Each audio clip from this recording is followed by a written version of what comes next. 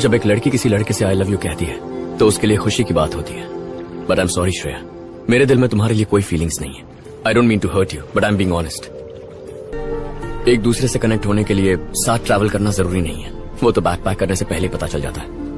मैं तुम्हें नीचा दिखाने के लिए या फिर अपने आप को ग्रेट साबित करने के लिए नहीं कह रहा, पर मैं ऐसी चीज में तुम्हारा टाइम क्यों वेस्ट करूं जो कभी होगी ही नहीं। जनरली ये लड़कियों का डायलॉग है, पर तुम्हारी वजह से मैं कह पा रहा हूं, लेट्स बी गुड फ्रेंड्स।